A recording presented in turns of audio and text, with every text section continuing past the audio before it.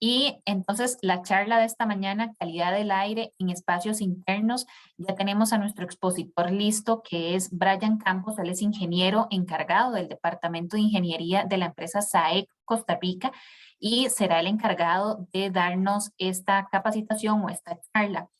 A Brian, yo creo que le cerré el micrófono, entonces por cualquier cosa para que pueda revisar y lo pueda abrir nuevamente. Eh, la charla, como les digo, se va a estar grabando y nosotros, una vez que finalicemos, pues vamos a compartir ese enlace con ustedes al correo electrónico que registraron en el momento de inscribirse. Brian va a empezar con la charla y si ustedes van teniendo consultas, las pueden ir haciendo en el chat. Yo las voy a estar revisando, voy a estarlas verificando y una vez que él termine, pues vamos a ir viendo una a una las preguntas que van teniendo. Por favor, mantengan sus micrófonos apagados para evitar interrupciones al expositor. Brian, ahora sí, estamos listos. Muy buenos días, muchísimas gracias por este espacio y bienvenido. Muchas gracias, Tatiana. Buenos días a todos los asistentes. Bueno, como lo comentó Tatiana, soy el encargado del Departamento de Ingeniería para SAEC Centroamérica, con la oficina en sede de Costa Rica. Hoy vamos a tratar un tema el cual hemos venido desarrollando durante muchos años y de hecho desde antes del COVID-19 ya veníamos manejando la parte de la calidad de aire, ya que nuestra empresa se dedica mayormente a lo que es el tratamiento del aire por nuestras raíces y por la empresa y la corporación a la que pertenecemos. Les voy a compartir mi pantalla ya para que demos inicio a la presentación.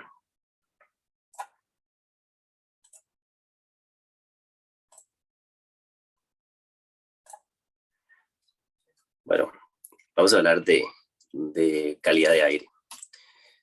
Al terminar de esta presentación, van a poder conocer lineamientos del Ministerio de Salud, van a entender qué es la calidad de aire, van a reconocer quiénes determinan los parámetros mínimos que la definen, conocer las ventajas de invertir en calidad de aire, ya que muchas personas lo ven como un gasto y en realidad también resulta una inversión que puede tener su recuperación.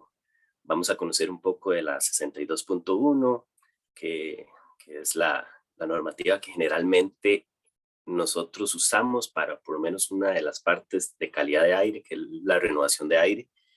Vamos a identificar otros métodos también que ayudan a tener una calidad de aire aceptable. Antes de eso, bueno, SAEC Engineering Group es la empresa a la que nosotros pertenecemos. Fue fundada en 1997 con 3 líneas de negocio: comercial, servicios y proyectos.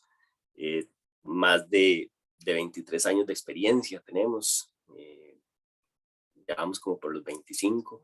Tenemos más de 3.000 proyectos llave en mano. Tenemos presencia en 7 países, más de 140 representaciones de marcas. Y en el 2017 fuimos adquiridos por Grupo Daikin.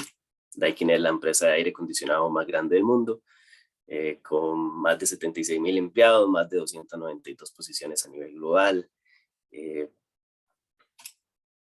Y cuando nos adquiere Daikin, nos volvemos un implementador de soluciones de la parte de lo que es aire acondicionado. Con 3 líneas de negocio, nos manejamos con lo que es expansión directa, con soluciones cuando son proyectos llave en mano y con diferentes productos de aplicado. Lo aplicado sería como sistemas de enfriamiento con agua helada, sistemas de chillers, fan coils y demás. Entre nuestros focos de negocio o nuestros proyectos podemos contar con proyectos de calentamiento, proyectos de ventilación, de aire acondicionado, refrigeración, sistemas de supresión y detección de incendios, sistemas de BMS y sistemas de servicios de mantenimiento, de ingeniería, de diseño y demás. Eso es uno de los, es un poco de lo que somos en SAEC. ¿Qué vamos a hablar hoy? Hoy vamos a comenzar con un tema que es relativamente nuevo, bueno, que se ha estado desarrollando en los últimos 2 años. Ya tenemos, desde que salió la parte del COVID-19, desde que empezamos a entrar en el confinamiento, desde que empezamos a a lidiar con estos virus de transmisión aérea. Se han desarrollado diferentes lineamientos, se han desarrollado diferentes recomendaciones, diferentes instituciones nos han dado lineamientos.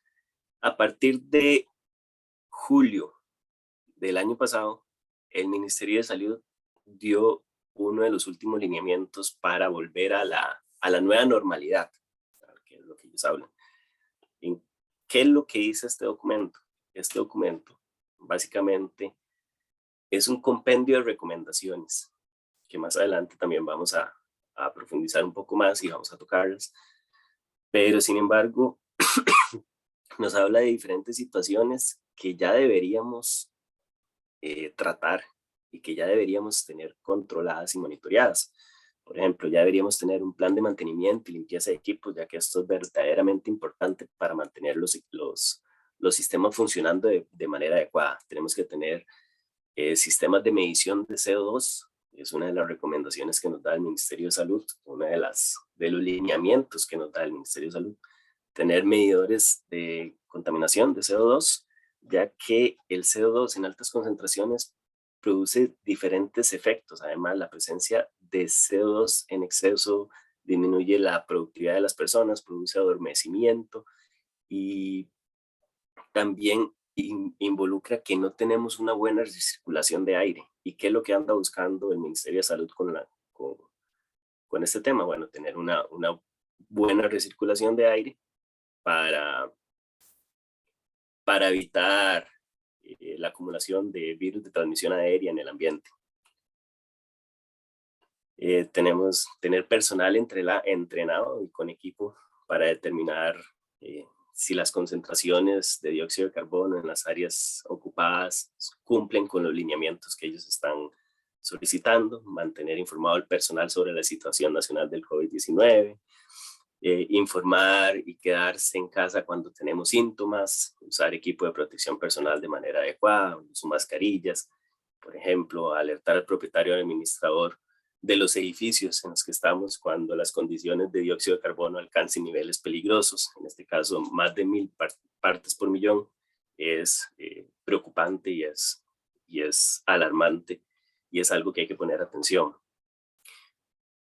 También tenemos que contar con un plan estratégico para antes y durante el funcionamiento de las instalaciones. Cuando se cuente con extractores movidos de forma natural o forzada, deberán ponerse en funcionamiento antes de que ingresen las personas para que haya una recirculación de aire adecuada, para que ya el aire que esté adentro esté tratado y sea aire limpio. Durante la operación, los valores de CO2 deben estar por debajo de 800, o sea que si estamos con personas, si estamos en el lugar y estamos produciendo, por debajo tenemos que estar por 200 partes por millón. El uso del equipo de protección personal es obligatorio y si hay ventanas deben abrirse por lo menos 2 horas antes de la ocupación. Operar el sistema en modo de ocupación por lo menos en modo de ocupación por lo menos unas 24 horas antes del ingreso del personal, con el fin de comprobar las condiciones de configuración de los parámetros de temperatura, humedad y dióxido de carbono establecidos en etapas anteriores. Se debe asegurar que las concentraciones de CO2 sean inferiores a 800 partes por millón. Se vuelve bastante repetitivo, pero es parte de todo lo que dice, o esto es un resumen de lo que dice por lo menos los lineamientos presentados por el Ministerio de Salud en julio. En el mismo lineamiento viene una tabla con las condiciones aceptables y las acciones que se deben tomar en caso de que los parámetros estén por encima de los valores que ellos están recomendando. Además, que nos indica quiénes son las personas o cuáles son las instancias que deben regular y cómo lo regulan. El Ministerio de Salud da el reporte de los lineamientos, las áreas de rectoras de salud hace inspecciones y órdenes sanitarias en caso de que, en caso de que haya,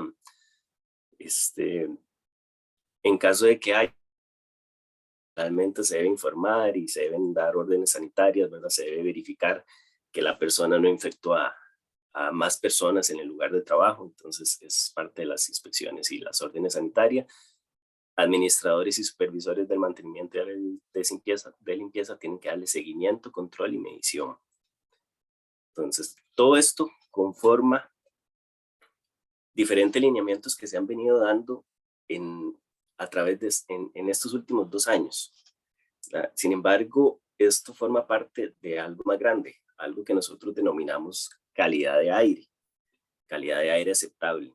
La calidad de aire aceptable no es nuevo, no es algo que se viene dando desde hace 2 años, es algo que se viene dando desde muchísimo antes y que muchas veces obviamos porque se ha visto como un gasto, porque al final el aire es algo que no vemos, pero sin embargo nos llega y nos afecta. Entonces lo que no vemos, en su momento, muchas veces lo obviamos y muchas veces lo queremos quitar. Entonces, es por ello que nosotros primero queremos dar una explicación de qué es calidad de aire. Calidad de aire se puede definir como la concentración de contaminantes que le llega a un receptor. Esto va a depender de muchas condiciones, de condiciones externas, de condiciones internas, de condiciones de recirculación de aire, de qué estamos produciendo, de cuántas personas hay. Va a depender de muchos factores que más adelante vamos a profundizar. Y es que específicamente la calidad de aire interior es lo que más fácil podemos llegar a medir, podemos llegar a controlar. Entonces, para ello se definen diferentes factores que pueden llegar a afectar mi calidad de aire interior. Entre ellos está el particulado, principalmente particulado de 2.5 micrómetros, de 10 micrómetros, y el dióxido de carbono, los compuestos orgánicos volátiles, que son compuestos derivados del carbón, generalmente asociados a olores, y lo que es la temperatura y humedad. La temperatura está más asociada a confort, sin embargo la humedad sí está un poco más asociado a la parte de salud. Estos particulados son importantes controlarlos, ya que, y ahorita más adelante lo vamos a ver, entre más pequeño sea una partícula, o entre más pequeño es un virus, como hemos visto en estos 2 años, más peligroso es, ya que ingresa al cuerpo humano y se aloja más adentro en los pulmones cuando son enfermedades de transmisión aérea o que van a ingresar a nuestro organismo por el sistema respiratorio principalmente. Estas partículas, entre más pequeñas sean, van a ingresar más adentro de nuestro organismo. Sin embargo, esas partículas no se van a estar moviendo solas.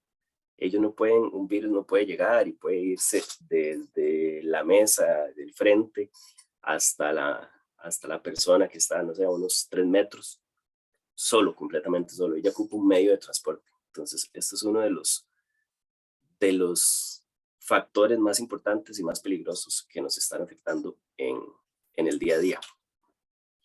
Todos estos parámetros son definidos y también lo van a poder ver en el lineamiento del Ministerio de Salud por diferentes organizaciones. Está la OSHA, la EPA, la Organización Mundial de la Salud, la NOSH.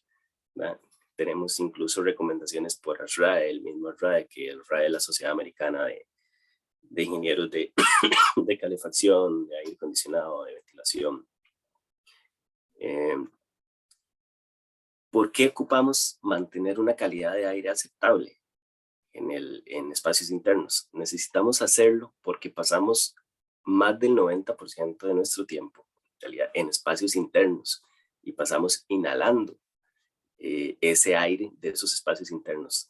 Por día podemos llegar a hasta 2.700 galones que respiramos de aire. Eso va siendo unos 8.000 litros y generalmente el aire en espacios internos está 10 veces más contaminado que el aire exterior. Va a depender mucho de la zona, eso sí. Sin embargo, generalmente el aire exterior está en mejores condiciones que el aire interior. Consecuencias de tener una mala calidad de aire. Vamos a tener concentración de olores de comida, vamos a tener concentración de aerosoles, vamos a tener concentración de olores de pinturas, barnices, lacas, cosméticos, microbios, humedad, temperatura. Todo esto puede llegar a provocar, aparte de molestia en las personas, podemos llegar a provocar el síndrome del edificio enfermo. Síndrome del edificio enfermo es cuando más del 20% de las personas que están en un recinto se quejan de estos síntomas. Se quejan de malos olores, se quejan de dolores de cabeza, de ojos llorosos, irritación cutánea, náuseas, alergia, fatiga, visión borrosa. Incluso los edificios que están enfermos en muchas ocasiones se asocian con baja productividad de las personas.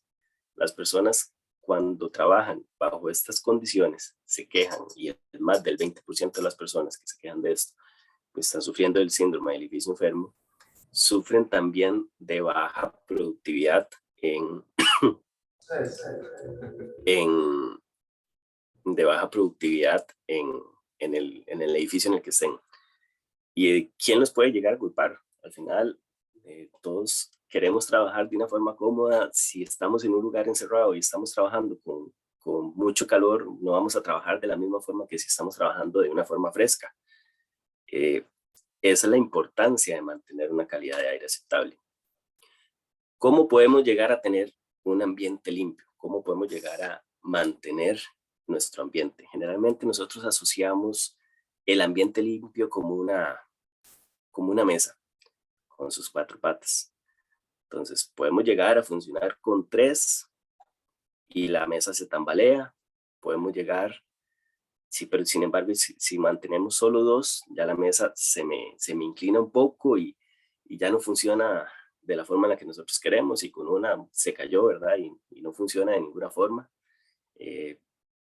Sin embargo, si logramos mantener las 4 patas de nuestra mesa, de nuestro ambiente frío, o de nuestros 4 pilares, los cuales sostienen nuestro ambiente que hemos denominado nosotros, podemos llegar a tener un ambiente limpio y una calidad de aire aceptable. ¿Dónde están o cuáles son esos 4 pilares que nosotros denominamos? Son métodos físicos, ahorita los vamos a ver. Filtración es un método físico. Métodos biológicos son métodos que atacan de forma biológica a los organismos. En este caso nosotros tenemos métodos biológicos como la luz ultravioleta. La luz ultravioleta es un germicida que maneja una longitud de onda y con lo cual daña la capacidad de reproducción, daña biológicamente, daña los virus y las bacterias. Métodos químicos, que ahorita vamos a ver, son métodos activos. Entre ellos incluso está los desinfectantes, los detergentes, el ozono es un método químico. Y tenemos lo que es la renovación de aire. Esos son nuestros 4 pilares, lo cual me va a mantener y me va a ayudar a mantener un ambiente limpio, un ambiente puro. Empecemos con renovación de aire. ¿Qué es renovación de aire? Básicamente, la renovación de aire es ingresar aire de nuestro exterior, aire limpio, aire en buenas condiciones. Depende de donde estemos, vamos a tener que usar métodos de limpieza antes para asegurarnos de que el aire que está ingresando es limpio, y sacar aire sucio. Aire sucio, ¿por qué? Porque es aire que probablemente una persona respiró, ya una persona lo botó, ¿verdad? Exhaló, y con la exhalación estamos tirando al ambiente diferentes organismos, estamos tirando al ambiente diferentes sustancias. Entre ellos también, si estamos en un espacio cerrado, no sé, hay personas que se echan perfume, hay personas que están limpiando, entonces están desinfectando con aerosoles. Todo el ambiente se vuelve pesado, se vuelve cargado de olores, se vuelve un ambiente contaminado, y eso al final afecta a las personas. Por eso la importancia de extraer aire. Básicamente es aire limpio entra, aire sucio sale.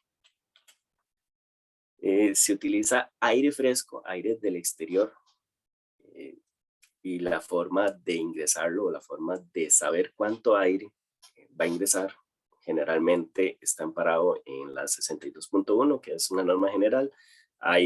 Existen sus variaciones para edificios residenciales como la 62.2, y para edificios de atención de la salud, que sería la 170.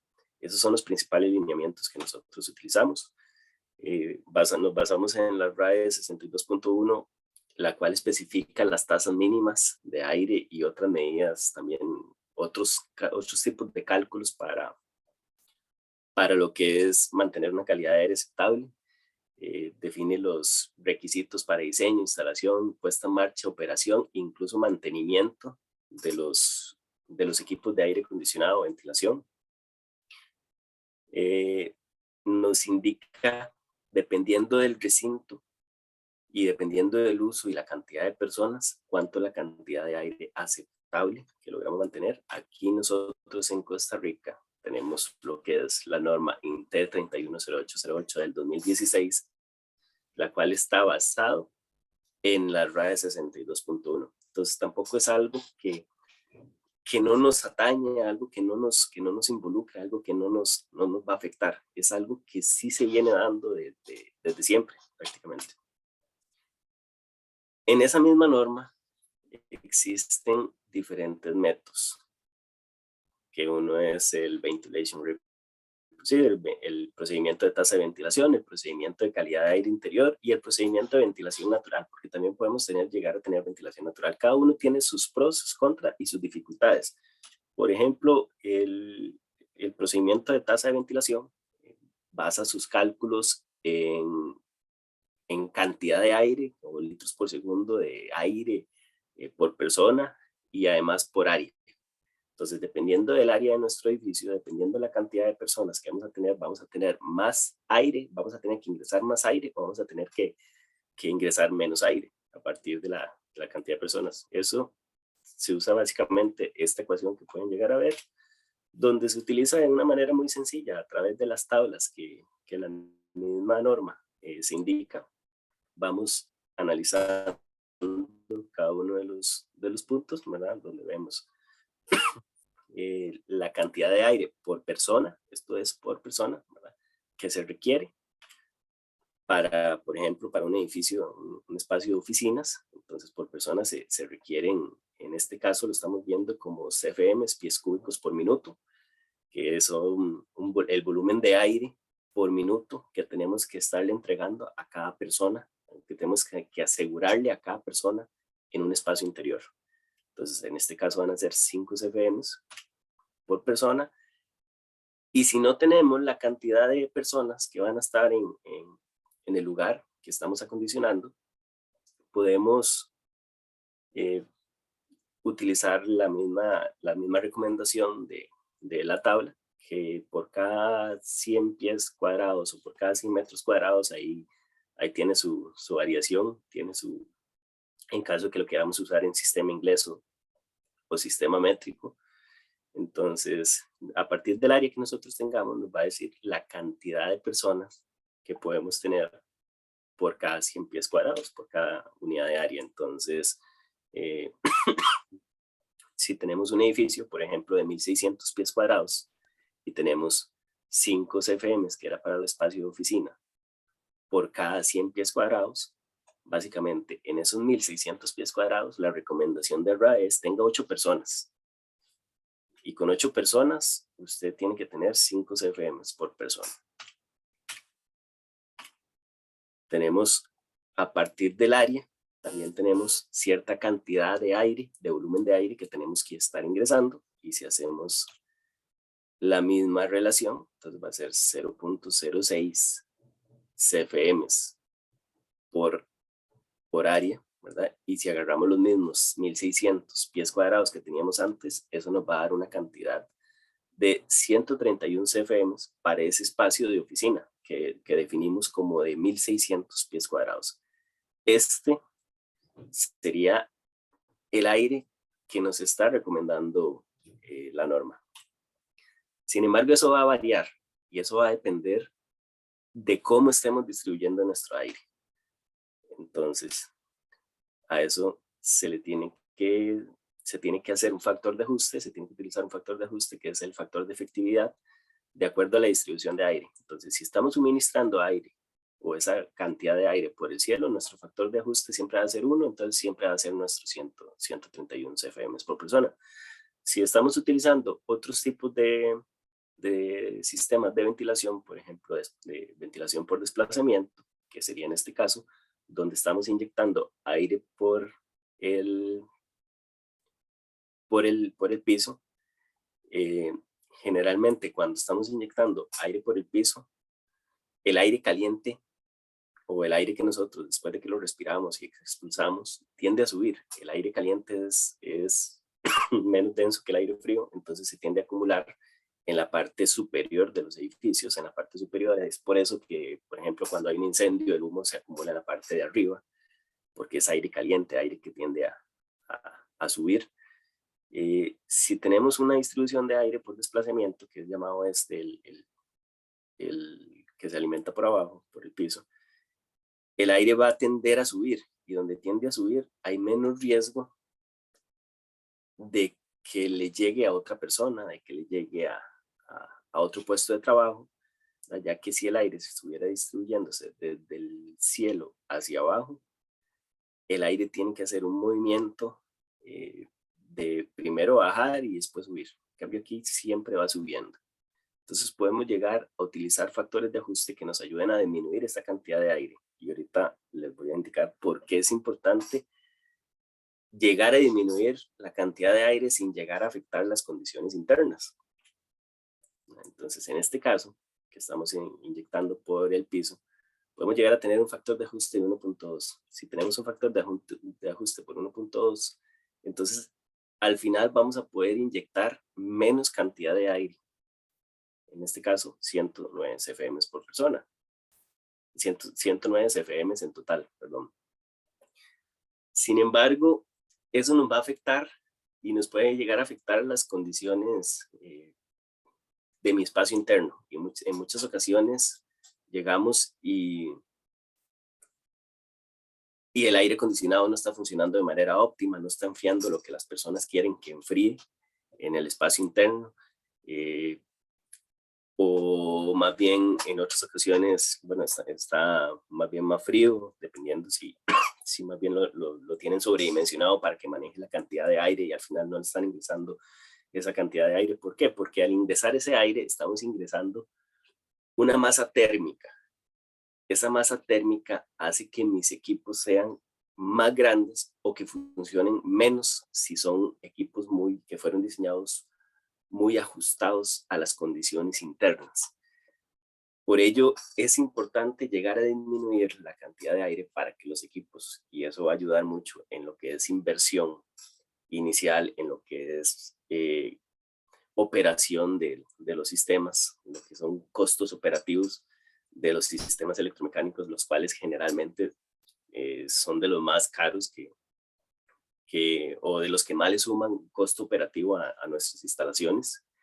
Consumen electricidad, entre más grandes sean, tienen motores más grandes, entonces van a consumir electricidad más grande. Entonces, entre más CFMs necesite o más cantidad de aire necesite en un espacio interno, voy a necesitar equipos más grandes, motores más grandes, y entonces, por ende, voy a estar metiendo más carga térmica a mi lugar, a mi recinto, y esa carga térmica me va a afectar el funcionamiento de los equipos de aire acondicionado, ya que estoy metiendo más calor que tal vez esos mismos equipos de aire acondicionado no pueden manejar. En estos últimos años, una de las recomendaciones que nos dio la OMS, la Organización Panamericana de la Salud, el Ministerio de Salud, es utilicen e ingresen aire fresco a sus espacios, y muchos de los edificios no están considerados para tener aire fresco. Entonces ahí es donde entraban en problemas. Si le metemos la cantidad de aire fresco que nos indican las tablas o que generalmente usamos para cambios por hora, de que ocupo cambiar el aire, un volumen en cierta cantidad de minutos, usamos estas mismas tablas que estuvimos viendo en el ejemplo anterior, vamos a estar castigando el funcionamiento del edificio. Podríamos llegar a tener condensación adentro del edificio, van a empezar a haber mucha humedad, si tienen cielo suspendido, el cielo suspendido se les empieza a llenar de moho, las paredes se les empieza a llenar de moho. Ahí es donde entra la importancia de jugar con esto de poder disminuir la cantidad de aire. Ahí es donde entra otro de nuestros métodos. Otro de nuestros métodos es el método de calidad de aire, que basa su diseño, y que también está avalado por la 62.1, en la concentración de los contaminantes y no tanta en las personas, en la cantidad de área y en la cantidad de personas que hay. Lo basa más en la cantidad de contaminantes que podemos llegar a tener en una zona. Estas recomendaciones también nos las dio ARRAE. Incluso estas recomendaciones son en las que se ha basado también el Ministerio de Salud para hacer el lineamiento que les presenté en un inicio, donde básicamente dicen incremente la ventilación de aire, ¿verdad? Que ese va a tener consecuencias graves en los efectos, en los equipos de aire acondicionado, consecuencias graves si no se maneja de manera adecuada con las condiciones del edificio, con la humedad, como les expliqué ahorita. Entonces, este punto está bien, pero hay que manejarlo con cuidado. Mejorar la filtración, que ahí fue donde todas las personas empezaron en su momento a pedir filtros EPA. Decían, quiero un filtro EPA, quiero un filtro de alta eficiencia, quiero un filtro más poderoso que me retenga más virus y bacterias. Incluso hubo un agotamiento de los sistemas de filtración, ¿no? De los filtros EPA a nivel mundial, porque todo el mundo quería filtros EPA, cuando en realidad eso no era la solución, ya que muchos de los equipos que tenemos nosotros están o son diseñados para confort, y esos equipos que son diseñados para confort muchas veces no soportan la caída de presión o la resistencia al paso del aire que le va a poner un filtro EPA. Ahorita vamos a ver qué recomendaciones tenemos nosotros para eso. Utilizar métodos purificadores, utilizar métodos de luz ultravioleta, utilizar filtros de alta eficiencia, ¿verdad? Menos número 11, que hablamos, herbicidas ultravioleta, mantener la temperatura y humedad, y poner recuperadores de energía. Son varias de las recomendaciones que dio RAE y en las cuales se basó el Ministerio de Salud para hacer sus lineamientos. Sin embargo, si ingresamos mucho aire también externo, y si no mantenemos las condiciones de humedad y temperatura en un rango aceptable, nos vamos a salir de este rango. Eso es un diagrama que es el diagrama Stirling-Scoville, en el cual se muestra el crecimiento de virus y bacterias a diferentes humedades relativas. Entonces, Costa Rica es un país muy húmedo. Si nosotros le metemos o le ingresamos más aire fresco a un lugar, a un recinto, le vamos a estar ingresando masas de humedad también, y le vamos a estar ingresando humedad relativa. ¿Qué es lo que pasa si le ingresamos mucha humedad relativa? Si no nos mantenemos en los rangos de diseño que generalmente andan entre 40 y el 60% de humedad relativa, vamos a tener un crecimiento acelerado de bacterias y un crecimiento acelerado de virus, si nos salimos de estos rangos. Entonces, ¿qué hacemos? Si hay una persona infectada de cualquier virus de transmisión aérea, lo que vamos a estar haciendo es dándole vitamina a esos virus y a esas bacterias para que se empiecen a reproducir. Entonces, si ingresamos aire fresco por solo ingresarlo, sin antes tomar en cuenta los equipos que tengamos, sin antes tomar en cuenta las condiciones que tenemos en el lugar, vamos a estar afectando más bien la cantidad de aire.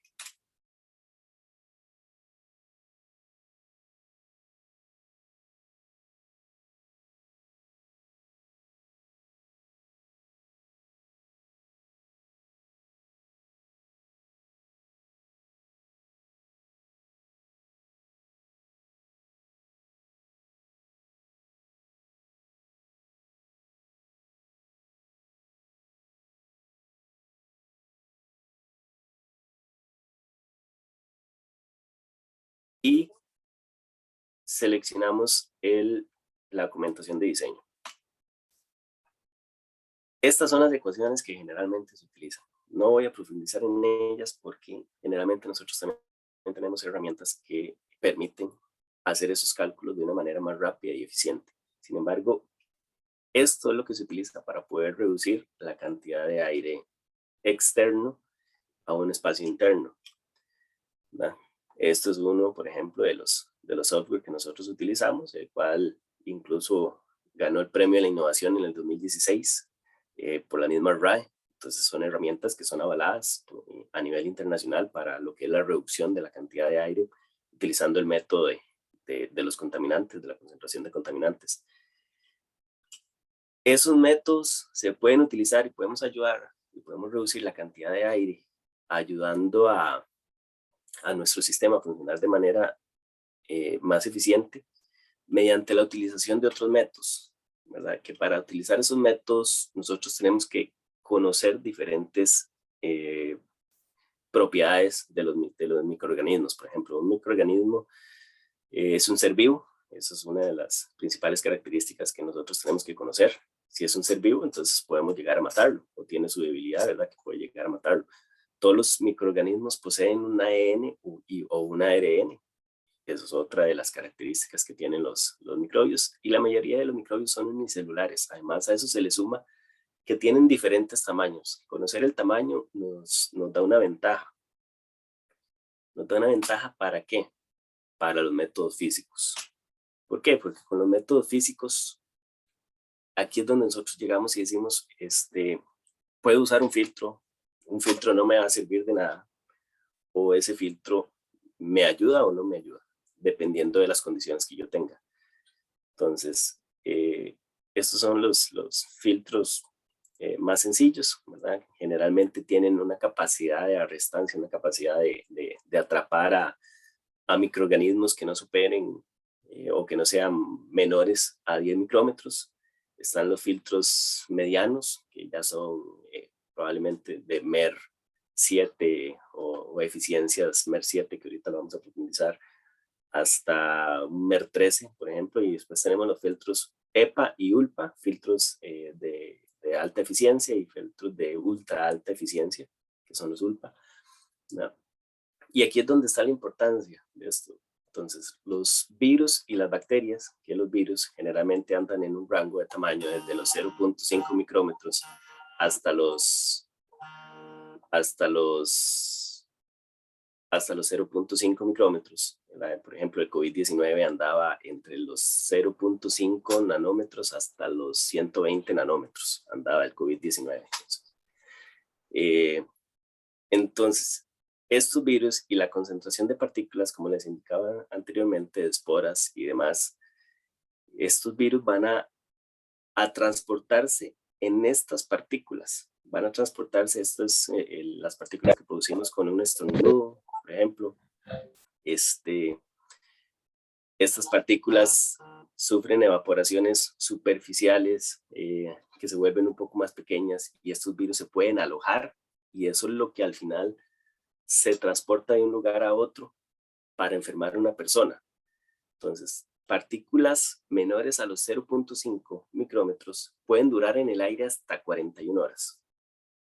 Entonces, imagínense lo que es que un virus, que en realidad mide menos de 0.1 micrómetros, puede llegar a estar en el aire demasiado tiempo sin que caiga a un espacio, y si tenemos una mala recirculación de aire o una mala distribución de aire, vamos a estar propiciando los efectos negativos.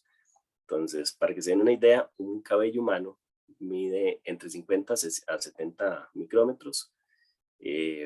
Las partículas de polvo miden 10 micrómetros, que sería esto, más pequeño que un cabello humano. Las personas percibimos de 40 micrómetros en adelante, a simple vista. Y, por ejemplo, los compuestos orgánicos volátiles y los compuestos de combustión son todavía más pequeños y se manejan en rangos de menores a 2.5 micrómetros, que ahí es donde entra lo que hablamos ahora de los diferentes tamaños de las partículas. Entonces, a partir del tamaño de partícula de microorganismo que tengamos, vamos a tener un nivel de eficiencia, que así es como se catalogan los filtros. Entonces, generalmente estaban pidiendo filtros MER 13 para equipos en sus inicios, son los inicios del COVID-19, que no iban a beneficiarnos en nada porque iban a producirle demasiada resistencia a los equipos de aire acondicionado. Y en realidad si teníamos aire 100% aire fresco, no nos iba a servir de nada, porque al final la concentración seguía siendo la misma en el lugar del espacio de trabajo. Entonces hay que analizar qué sistema tenemos para saber si un filtro nos va a servir o no nos va a servir.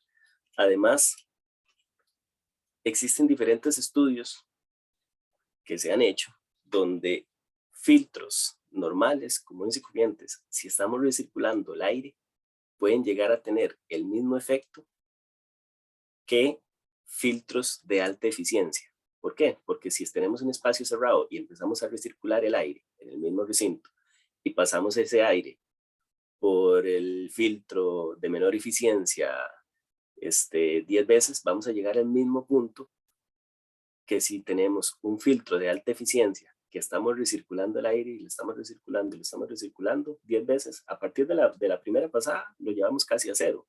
Está bien, y llevamos el particulado casi a cero, pero si no era tan riesgoso el nivel de particulado y tengo un espacio cerrado bastante pequeño, podemos llegar a manejar filtros de menor eficiencia, hacer recircular el aire en el recinto y lograr el mismo efecto que con filtros de alta eficiencia. Entonces, no necesariamente tenemos que llegar y poner los filtros más eficientes para tener un efecto de desinfección en un espacio cerrado. Si tenemos una buena recirculación de aire, es más importante la recirculación de aire con su renovación que tener filtros de muy alta eficiencia, que eso fue uno de los primeros errores que se cometió en el inicio de la pandemia. Hay diferentes sistemas de filtración que se pueden utilizar. Estos son algunos, por ejemplo. Filtros portátiles, filtros que ayudan a mantener las zonas en presión negativa para que no ingresen partículas o presión positiva para que no ingresen partículas.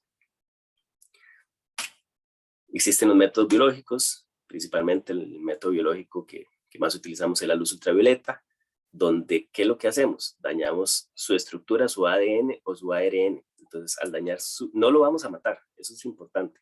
La luz ultravioleta no mata virus y bacterias. Lo que hace es que daña su estructura molecular para que no se puedan reproducir.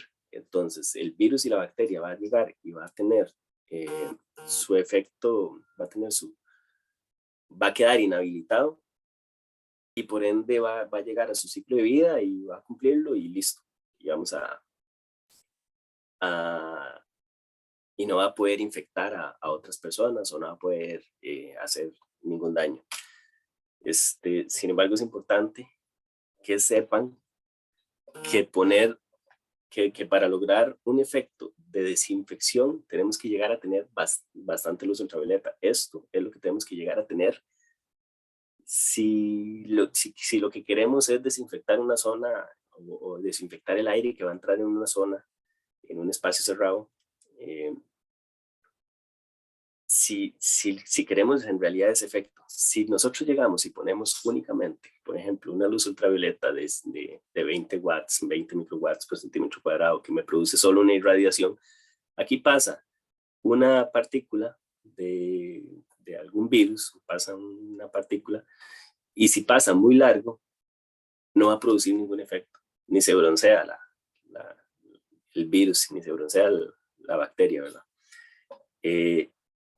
Entonces, esto es lo que generalmente nosotros recomendamos para control. ¿Qué es control? Que mi sistema, mi serpentín o mi equipo de aire acondicionado no sea el productor de diferentes microorganismos. Sin embargo, si ya queremos un efecto de desinfección, necesitamos analizar primero la velocidad a la que va a pasar la partícula para llegar y poder definir cuántos son la cantidad de luces ultravioletas que se necesitan para llegar a desinfectar. Esto es muy caro y tiene una vida útil muy baja, generalmente de 9,000 horas. Entonces, esto se puede utilizar, es recomendable, sin embargo, no es de las mejores. Hay diferentes posiciones, además de que la luz ultravioleta es altamente dañina para las personas y altamente dañina para los equipos de aire acondicionado, como equipos de pared que generalmente tenemos en las oficinas, van a sufrir mucho si le ponemos una luz ultravioleta, van a disminuir la vida útil y al final lo que tenemos que hacer es, aparte de cambiar la luz ultravioleta, cambiar nuestro equipo de aire acondicionado. Entonces, esto en realidad es bastante caro y va a funcionar mejor dependiendo de los equipos que sean y dependiendo del efecto que nosotros queremos. Y existen los métodos químicos. En ellos está la oxidación, la fotocatálisis, el ozono, la ionización, que nosotros utilizamos como ejemplo lo que es el plasma en el aire. Entonces, estos son métodos que generalmente se utilizan. Este ya no, el método por oxidación es altamente peligroso para las personas. Este, que es la fotocatálisis o oxidación fotocatalítica, generalmente es una luz ultravioleta, entonces también tiene una vida útil baja. El ozono no es recomendable cuando hay personas, es recomendable cuando no hay para lograr un efecto de purificación, pero cuando hay personas no es recomendable. ¿Y qué es lo que generalmente andamos buscando con la ionización? ¿Qué es lo que generalmente nosotros vamos a recomendar? Nosotros vamos a recomendar la ionización porque produce un efecto que yo le digo que es como lavarse las manos. Básicamente produce iones en el ambiente que salen y se adhieren a diferentes microorganismos, virus, bacterias, le provocan huecos a su estructura, a su capa de grasa, a su capa protectora, y al provocarle esos huecos, eliminamos los virus. Es el mismo efecto que nosotros tenemos al lavarnos las manos. Nosotros nos estamos lavando las manos y nos dicen 20 segundos hasta que le rompa la corona al protector, a la capa de grasa, al virus, y pueda tener un efecto de eliminar al virus. Eso es lo que se hace con la ionización bipolar, por ejemplo, con diferentes virus y bacterias. Incluso ayuda a eliminar lo que es partículas de moho, ayuda a eliminar, esto es un video en tiempo real, donde se grabó un lapso de 6 días, aquí con un dispositivo de ionización bipolar, aquí sin el dispositivo de ionización bipolar, y en los 6 días la imagen de la derecha van a ver que se llena de moho, sin embargo la imagen de la izquierda que tenía ionización bipolar no pasó nada. Esto ayuda no solo con lo que son alimentos, sino que en muchas ocasiones ayuda en plantas industriales en las que tenemos altas concentraciones de humedad y entonces necesitamos controlar la concentración de moho. Los dispositivos de ionización bipolar hacen eso, ayudan a eliminar lo que es el moho, ayudan con nuestros sistemas de mantenimiento. Tenemos diferentes estudios de la ionización bipolar, todo lo pueden encontrar en esta página que también pueden llegar y accesar ustedes. Donde tenemos estudios de reducción de compuestos orgánicos volátiles, de formaldehído, por ejemplo. Tenemos estudios de reducción de la influenza tipo A, por ejemplo, de la H1N1, estudios que vienen desde el 2011, estudios que no son nuevos. La H1N1 es un virus tipo SARS, entonces ya se imaginarán que pueden llegar a tener un efecto positivo con los virus actuales.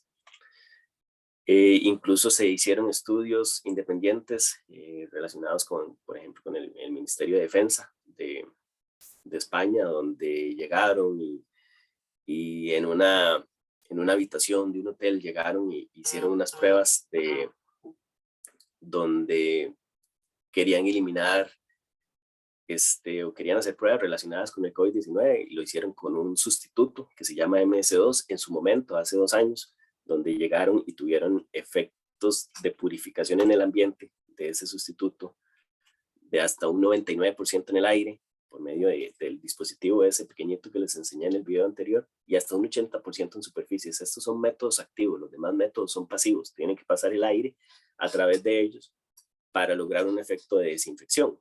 En cambio, con lo que es la ionización bipolar o los métodos químicos, llegamos a tener un efecto activo, que es que lo que producimos sale al ambiente a eliminar los diferentes microorganismos. Hay diferentes presentaciones de estos, pueden ser instalados en serpentines, en ductos, en equipos portátiles y demás, y son bastante cómodos también.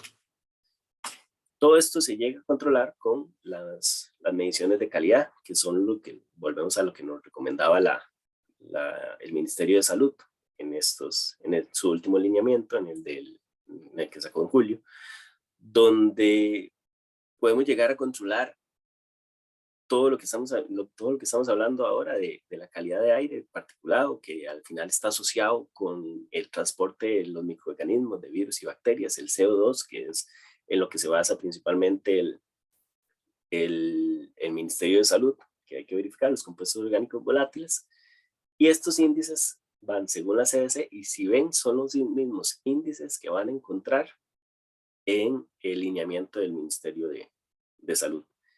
Esto lo podemos llegar a controlar con equipos portátiles de monitoreo, equipos que se pueden adaptar a sus BMS, a sus sistemas de control de los edificios, de las industrias que ustedes tienen, y equipos que pueden llegar a darles datos interesantes de la zona en la que ustedes están produciendo. Tal vez ustedes piensan que están produciendo en lugares bastante limpios y en realidad están bastante saturados de contaminación. Esto los pueden llegar y los pueden verificar de manera, lo pueden verificar en internet, lo pueden verificar de manera directa en equipos con pantalla. Y ahí nos dirán, ya para ir finalizando, ¿esto en realidad han tenido algún beneficio? ¿Lo han probado? Sí, claro, tenemos varios casos de éxito, hay muchas personas que ya lo están implementando. En por ejemplo, podemos ver que en Cartagena, Colombia, con una de nuestras sucursales de Colombia, se hizo un estudio donde el edificio requería 4.791 CFMs, utilizando el método tradicional. Y mediante la utilización de las tecnologías que vimos anteriormente y la utilización de sistemas de calidad de aire, de ventilación y de suministro de aire, se lograba reducir la cantidad de aire a 2.392 FM. Eso se tradujo en un ahorro energético, se tradujo en un ahorro de la inversión inicial en equipos más pequeños para manejar la cantidad de aire y sistemas de enfriamiento, porque era un sistema de enfriamiento con agua helada para manejar una capacidad o una cantidad térmica, una masa térmica menor, una reducción del 49.9%. Aquí en Costa Rica, incluso llegamos nosotros a implementar una solución donde bajamos de 6.08 CFM por persona a 3.04 CFM por persona. Se hizo una distribución de aire de la manera siguiente, donde el verde, las líneas verdes era el aire que entraba, las líneas rojas el aire que salía. Como ven, una distribución muy sencilla con dos equipos instalados acá, una inversión mínima y una reducción de lo que se necesitaba en carga térmica de 3.51 kilowatts a 1.75 kilowatts, lo cual hacía que mis equipos que estaban ya instalados no sufrieran modificaciones y no tuviéramos que incurrir en más costos y más gastos para nuestro cliente final para adaptar estos equipos para que manejaran esta carga térmica. A eso es lo que vamos. Entonces, como conclusiones, al utilizar la estrategia de reducción de aire con dispositivos de limpieza, podemos llegar a hacer una reducción de la inversión inicial y mejorar las condiciones de operación también de los equipos. La calidad de aire interior no se debe considerar un gasto, sino una inversión que se paga, pues va a mejorar el rendimiento de las personas, va a mejorar las condiciones, va a reducir incapacidades de las personas incluso, y va a reducir el costo financiero que vamos a tener para operarlo. Los mejores resultados para lograr calidad de aire es utilizar métodos combinados, que era lo que hablábamos en un inicio, de por lo menos tener 3 patas o 3 pilares de esa mesa que nosotros llamamos ambiente limpio, que nosotros llamamos calidad de aire. Porque si tenemos solo 2, va a ser muy complicado mantener las condiciones que nosotros requerimos. Hasta aquí llega mi presentación. Más bien, muchas gracias por su atención. Tatiana. Sí, Brian, aquí estoy. Muchísimas gracias. Aquí estaba revisando las consultas que nos están haciendo en el chat y empiezo por una de Pablo que dice si ya en Costa Rica existe una ley que determine la calidad de aire. ¿Y quién podría hacer la medición cuantitativa para comparar los parámetros permitidos?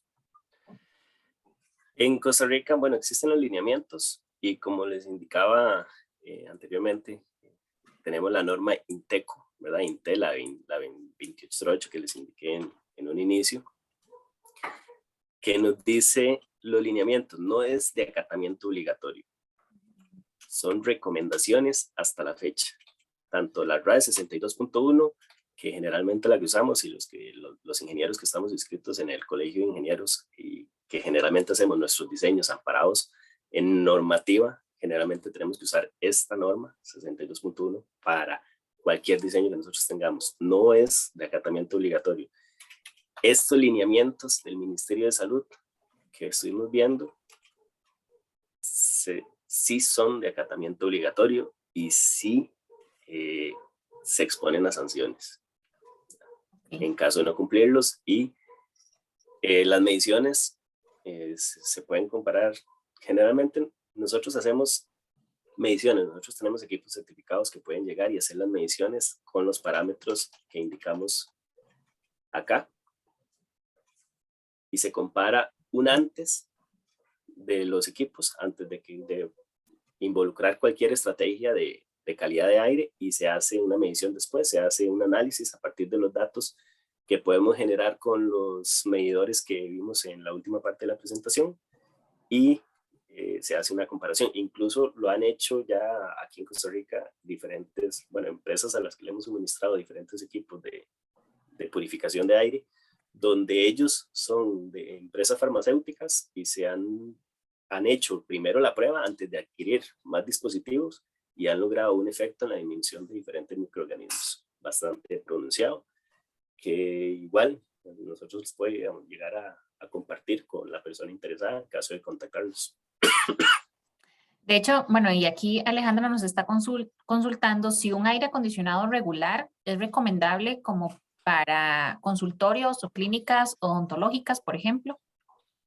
No hay ningún problema en que usen un aire acondicionado normal. Pueden utilizar un aire acondicionado común y corriente. Sin embargo, en un consultorio odontológico se van a producir cualquier cantidad de esporas en el aire, ¿verdad? Más cuando le están a uno taladrando, ¿verdad? El diente. Nosotros recomendamos, o hicimos la recomendación de que para esos lugares que tienen sus equipos de aire acondicionado regulares, utilicen lo que es la ionización bipolar, porque la ionización bipolar, como vimos ahora, son iones que van a salir al ambiente, y esos iones que salen al ambiente van a neutralizar en el menor tiempo posible las partículas y los diferentes microorganismos que se tengan. Y adicional a eso, si le quieren ingresar aire fresco, es un plus que va a ayudar a mejorar las condiciones, o un sistema de extracción. Muchos sistemas o muchos consultorios con toda esta parte del COVID-19 implementaron esos equipos de aire acondicionado que lo que hacen es recircular el aire, y pusieron un extractor para lograr un cambio de aire, además de la ionización bipolar. Nosotros instalamos más de 60 equipos de ionización bipolar para diferentes clínicas odontológicas que lograron un efecto, y de hecho nos dijeron que tuvieron muy buenos efectos. Los proveedores de mantenimiento de aires, ellos pueden, por ejemplo, medir el CO2 o brindar certificados de calibración. No, generalmente el certificado de calibración tiene que venir desde un laboratorio específico. En Costa Rica creo que hay como 2 nada más que certifican que los equipos están calibrados, y los equipos tienen que llevar su propio certificado de calibración. Entonces las personas que generalmente dan mantenimiento, si no tienen los equipos debidamente certificados y calibrados, no es confiable. ¿La ionización también actúa en hongos, mohos y levaduras? Correcto, actúa en hongos y moho, en levaduras no. Ok.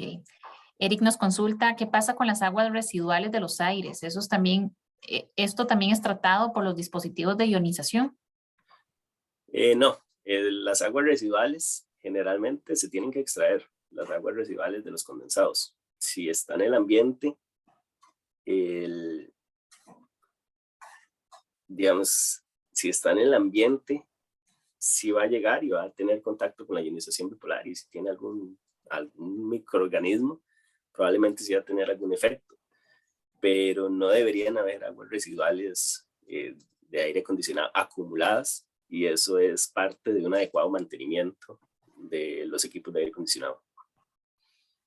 Para las personas que nos están consultando, la grabación de la charla se las vamos a compartir al igual que la presentación, porque Brian ya nos autorizó, para que ustedes la tengan y puedan repasar si fuera el caso. Don Luis nos dice, ¿cuál es el mejor método para eliminar los virus y las bacterias? Entonces, el mejor método es utilizar métodos combinados. Renovación de aire, ionización bipolar, y para control, y la verdad no es algo que yo recomiendo mucho, la parte de la luz ultravioleta, y no la recomiendo mucho no porque no sirva, sino porque hay que poner mucha luz ultravioleta, que al final, en vez de un ahorro, te va a generar un gasto, porque son bombillitos de 20 watts, de 50 watts que tenés que poner, y tenés que poner 10, entonces al final, si tenés 50 equipos, son 200 watts por equipos que le vas a estar sumando a tu factura de aire. Entonces, yo generalmente, el mejor método y el que más hemos comprobado que funciona es ionización bipolar con cambio de aire. ok, aquí nos ponen un caso de una oficina pequeña que dice que a veces utilizan aire acondicionado o a veces utilizan ventiladores. Y puede ser que a veces el aire lo tienen en 24 por un tema de que los colaboradores les da frío. Entonces, ¿cómo manejar ese tema? Si es dejarlo prendido o si estarlo apagando, mejora o empeora la calidad del aire que se está respirando entre ambientes calientes, fríos. Mientras las condiciones de aire interno las puedan mantener en este rango que vimos ahora,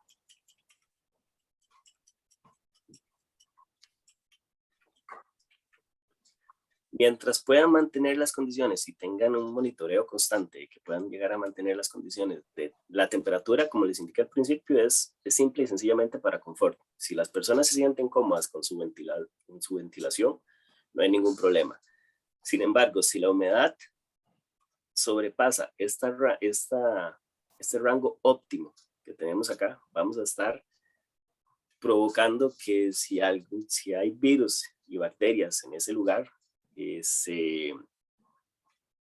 se reproduzcan de una manera más acelerada, que era lo que hablamos ahora. Y si logran mantener con la ventilación de ese ventilador y el aire acondicionado, combinando los dos, una humedad relativa entre 40 y el 60%, entonces no hay ningún problema. Sí les puedo decir que generalmente los equipos de aire acondicionado se tienen que diseñar para la zona. Si están sintiendo mucho frío, no está diseñado de manera adecuada el sistema de aire acondicionado que ellos tienen, o no está balanceado de manera adecuada el equipo de aire acondicionado que ellos tienen. Les pusieron tal vez alguno más grande para la cantidad de personas y para la cantidad de trabajo que van a tener. Entonces tal vez uno más pequeño les hubiese ayudado a mantener las condiciones un poco mejor. Hazel consulta que si hay alguna norma que indique la cantidad de mohos y levaduras o de bacterias aerobias aceptables en el aire en salas de procesos. Generalmente todos los rangos están definidos por la EPA, la OSHA, la Organización Mundial de la Salud, en nuestro caso también aquí a nivel regional, la OPS, la Organización Panamericana de la Salud, la NOS, la ACG y la MAC.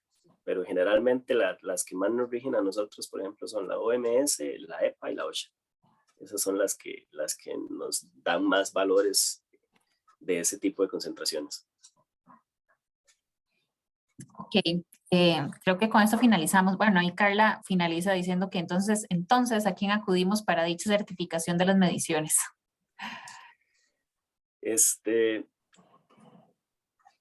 digamos, como les indiqué, las mediciones como las está pidiendo el Ministerio de Salud, lo único que solicita es que se hagan con un equipo debidamente calibrado. Las pueden hacer ustedes mismos siempre y cuando tengan el certificado de calibración y lo tengan vigente y tengan un equipo adecuado y tengan personal que esté capacitado para hacer las lecturas de las condiciones que estamos midiendo. En nuestro caso, yo les podría recomendar que nosotros hacemos ese tipo de mediciones, ¿verdad? Pero también podríamos llegar y podríamos darle un servicio de capacitarlos para que con los equipos que nosotros tenemos, pues, los puedan hacer, equipos que están debidamente calibrados, equipos que tienen su certificado de calibración, que eso es lo que generalmente va a pedir el Ministerio de Salud. Ok. Bueno, Brian, muchísimas gracias por su tiempo y a ustedes también por acompañarnos. Insisto, yo voy a compartirles la presentación, porque me han estado, bueno, aquí veo que están consultando por la posibilidad de contactarlo, o están preguntando por algunos precios. Entonces, ahí es mejor directamente que lo hagan con ustedes. En la presentación vienen los contactos, entonces es más fácil que lo hagan directamente porque ya me imagino que es un tema como más específico de cada caso. Brian, insisto, muchísimas gracias por esta charla, por compartirla. Creo que era de bastante interés y pues muchísimas gracias por su tiempo. Muchas gracias a ustedes, muchas gracias por el espacio que nos dieron y cualquier consulta. Entonces, muchas gracias. Excelente. Aquí paro entonces la grabación. Muchas gracias.